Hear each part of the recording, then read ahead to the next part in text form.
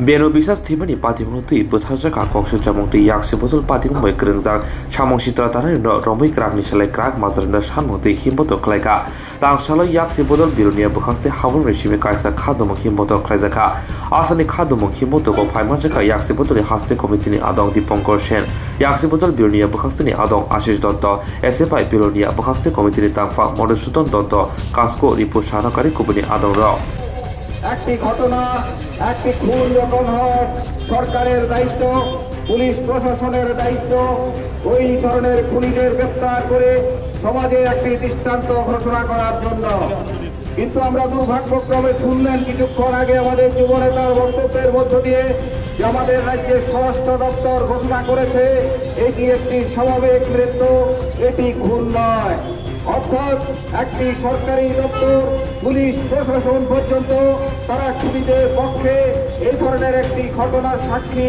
আজকে ত্রিপুরা রাজ্যের স্বরাষ্ট্র দপ্তরকে আমরা লক্ষ্য করলাম এটা স্বাভাবিক না আপনারা জানেন ৯২ সালে বামফ্রন্ট সরকার আবার যখন পুনঃপ্রতিষ্ঠিত হয়েছিল তখনও ৪১ জন শহীদের রক্তের উপর দাঁড়িয়ে আমাদের রাজ্যে ৯৩ সালে বামফ্রন্টের সরকারটা প্রতিষ্ঠিত হয়েছিল আর আজকে এই ২৩তম খুন আমাদের রাজ্যে বেনু বিশ্বাস রাজনগরের কমলপুরে আমরা জানি না আর কয়টা শহীদের রক্তকে ঢেলে দিতে হবে কিন্তু এতটুকু আপনাদের সামনে বলতে পারি দিনটা বেশি নয় এই শহীদদের রক্তের উপর দাঁড়িয়ে আবার আরেকটি বামফ্রন্ট সরকার প্রতিষ্ঠিত হতে যাচ্ছে শুধু সময়ের অপেক্ষার দিকে তাকিয়ে দেখুন আপনারা লক্ষ্য করেছেন অনেক প্রত্যাশা নিয়ে ত্রিপুরা রাজ্যের মানুষ বামফ্রন্ট সরকারকে ওটি একটি সরকার নাকি গঠন করেছিল কারণ বামফ্রন্ট সরকার মানুষের সমস্যার সমাধান আর করতে পারছিল না তাই আরেকটি বিকল্প সরকার চাই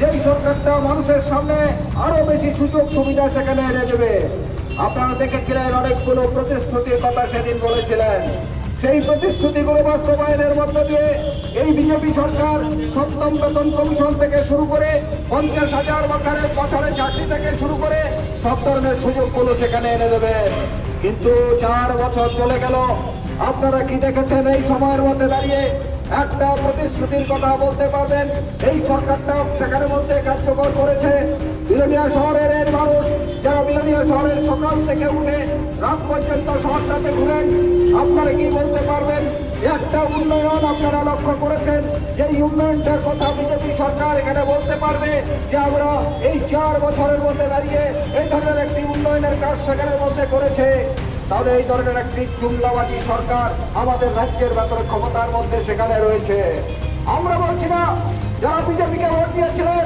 যারা বিজেপিকে ক্ষমতার মধ্যে এনেছিলেন তারাই আজকে বলছে একটা ক্যান্সার রোগীতে পরিণত হয়েছে বিজেপি দলের এই সরকার এখন সেখানের মধ্যে রোগের চিহ্ন হয়ে গেছে মানুষকে বিজেপি দলের সেই নেতারাই বলছেন রেগার জন্য ত্রিপুরায় নাকি আর রেগার টাকা আসবে না তার কারণ হচ্ছে কোটি কোটি টাকা যে দুর্নীতি বেরোচ্ছে এক একটা পঞ্চায়েত থেকে এই হিসাব যদি দিল্লিতে না যায় তাহলে পরে রেগার জন্য বরাদ্দ সেখানে পাবে না কোথায় যাবে ত্রিপুরার মানুষ গরিব মানুষ রুজি রোজগার নেই কাজ নেই চাকরি নেই এই অবস্থার মধ্যে মানুষের একমাত্র সম্বল হচ্ছে রেগা আর এই রেগা যদি বন্ধ হয়ে যায় এই বিজেপি সরকারের দুর্নীতির কারণে তাহলে পরে সেখানে এই রেগার মাধ্যমে মানুষের যে ন্যূনতম ভাবে বেঁচে থাকার মতো একটু স্বপ্ন সেখানের মধ্যে দেখেছিলেন বামফ্রন্ট সরকারের সময় যে রেগাকে চালু করে মানুষের সামনে সেখানে একটু আশা দিয়েছিলেন আজকে তা ধূলিসাৎ সেখানের মধ্যে হতে যাচ্ছে কাজে এখানকার মানুষ সেই জিনিসগুলো সেখানের মধ্যে বুঝতে পারছে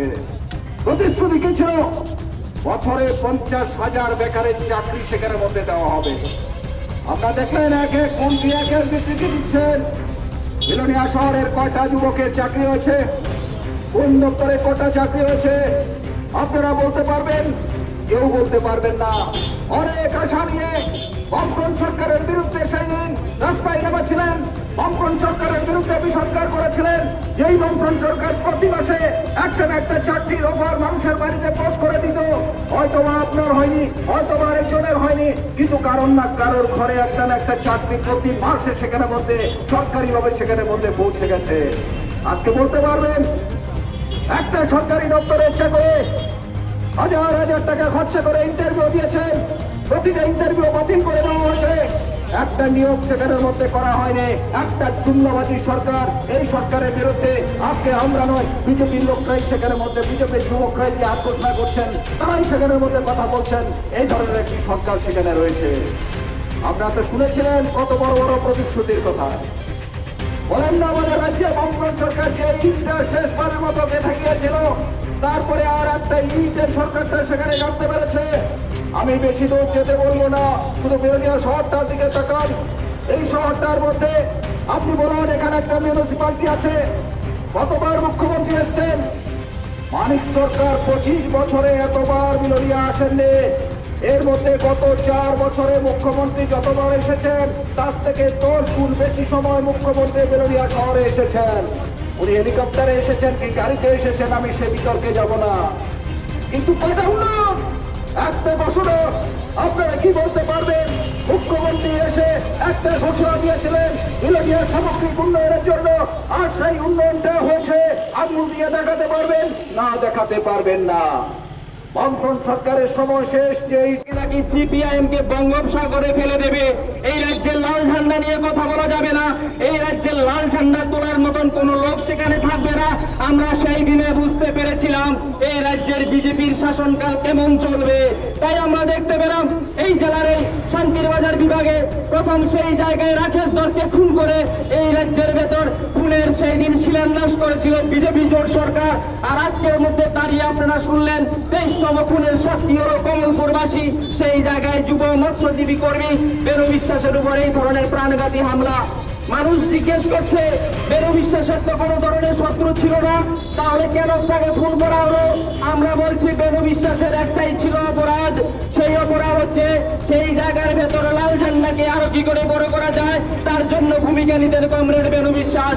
তার মাস 2 আগে তার বড় ভাইকে সেই একই বাজারের ভেতর সেই দিন আক্রমণ করেছিল, আর 2 মাসের ভেতর সেই জায়গায় দাঁড়িয়ে তার ছোট ভাই বেনু বিশ্বাসকে নৃশংসভাবে খুন করলো। আমরা যখন কাল সেই বেনু বিশ্বাসের বাড়ি থেকে সেই শোক মিছিল শুরু করেছিলাম, আমরা দেখতে পাই মিছিল শেষে যখন তার চিতাতে আমরা এসেছিলাম, আমরা দেখতে পাই তার স্বামী, তার ওনার স্ত্রী বুকে তার স্বামীর মৃত সেই ছবিটাকে হাতে নিয়ে বলছে, এই জোট সরকার আমার স্বামীর খুনিকে শাস্তি দেবে তো? এই রাজ্যের মানুষের কাছে আমার একটাই আবেদন, আমার স্বামীর যাতে যারা খুন করেছে তার যেন বিচার হয়, আমি যেন ন্যায় বিচার পাই। কিন্তু আমরা বলবো বিজেপির আমলে সেই জায়গায় জোট সরকারের রাজত্বে ন্যায় বিচারের আশা করা সেই জায়গায় একটা ভুল। কাজে এই সময়ের ভেতর আমরা দেখতে পাই কমলপুরে যখন মিছিল চলছিল সেই জায়গায় পুলিশও রয়েছে, পুলিশের সামনে দিয়ে আমরা দেখতে পেলাম বাইকে করে নির্দিষ্টভাবে যাদের নামে পরিবার এই খুনের জন্য দায়ী হিসাবে মামলা করলো, তারাই বাইকে বসে পুলিশের সামনে দিয়ে চলে যাচ্ছে। একবারের মতো ত্রিপুরা রাজ্যের রাষ্ট্রপতি পুরস্কার প্রাপ্ত সে পুলিশ অফিসার জিজ্ঞেস করার সাহস পায়নি কেন সেই জায়গার ভেতর রাজ্যের আজকে এই জায়গায় চলে গেছে। খুনিরা কোথায় থেকে সাহস পাচ্ছে? আপনারা জানেন আজ থেকে 24 ঘন্টা আগে আমাদের রাজ্যের স্বরাষ্ট্র দপ্তর থেকে সেই জায়গায় লিখিতভাবে বিবৃতি দিল যে বেনু বিশ্বাসের সেই জায়গায় খুন হয়নি, বেনু বিশ্বাসের মৃত্যু একটা স্বাভাবিক মৃত্যু। কাজেই সেই দিক থেকে যারা খুন করে সেই জায়গায় যাদের বিরুদ্ধে মামলা হয়, কাজেই সেই খুনিরা সেই জায়গায় ঘুরতে পারবে যেই জায়গায় রাজ্যের স্বরাষ্ট্র দপ্তর ফরেনসিক রিপোর্ট আসার পূর্বেই বলে দিচ্ছে সেটা নাকি একটা স্বাভাবিক মৃত্যু। কাজেই এমতো অবস্থার মধ্যে দাঁড়িয়ে বেনু বিশ্বাসের পরিবার বুঝতে পারছে সেই জায়গায় তারা ন্যায় বিচার কতটুকু পাবে। মূলত হচ্ছে কি ত্রিপুরা রাজ্যের ভেতর এখন বিজেপি দিশাহারা। আমরা সিপিআইএম শুধু বলছি এমন না, বিধানসভার ভিতর সদলীয় বিধায়ক বলছে বিজেপি হটাও, জনগণ বলতে হচ্ছে না, সেই নিজের দলের বিধায়করাই বলছে এই বিজেপি হচ্ছে ঠকবাজের সরকার, এই বিজেপি মানুষ মারার সরকার। কাজে এই সরকারকে উৎখাত করতে হবে। এটা সিপিআইএম এর বক্তব্য শুধু তাই না, এ রাজ্যের জনগণের বক্তব্য না। আজ থেকে 4 বছর আগে যারা বিজেপির প্রার্থী হয়েছিলেন, মানুষ ভোট দিয়ে তাদেরকে সেই জায়গায় জয়ী করেছিল, সেই এমএলএরাই বলছে এটাই হচ্ছে ত্রিপুরা রাজ্যের ঠকবাজের সরকার। কাজে এমন কমলপুর বাজার, সেই কমলপুর বাজারে গিয়েছিল কমরেড বেনু বিশ্বাস সন্ধ্যায় তার বাড়ির কিছু কেনাকাটা করার জন্য। আগের থেকেই আমরা দেখতে পাই সেই জায়গায় ওত পেতে বসে রয়েছিল বিজেপি নামধারী কিছু দুর্বৃত্ত।